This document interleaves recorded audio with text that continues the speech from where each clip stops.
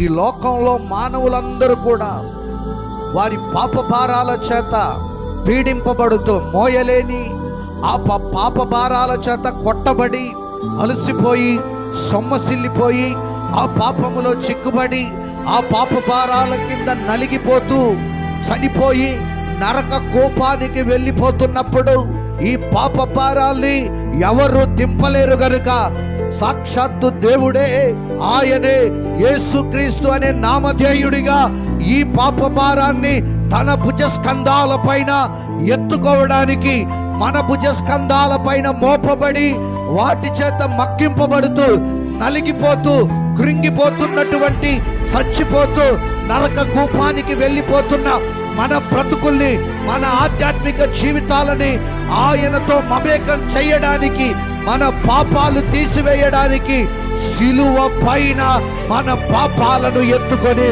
ఆయన భుజస్కంధాల మీద కలువరి కొండ పైకి మన పాప భారాల్ని మోసి మన ప్రాణాలకు శాశ్వత ఉపశమనం యేసు సిలువలో కలగజేశాడు.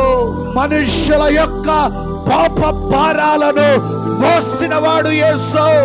ఈ లోకములో ఎవరు కూడా పాప భారాల నుంచి ఉపశమనం కలగ చేయలేదు.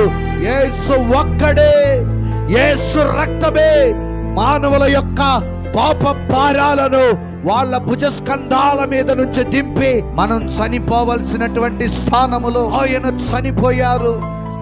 మనం శిక్షించబడవలసినటువంటి స్థానములో మన శిక్షను ఆయన తీసుకొని శాశ్వతమైన ఉపశమనం కలిగించి నిత్య జీవ మార్గాన్ని అందించాడు. మోక్ష రాజ్యానికి వారసులు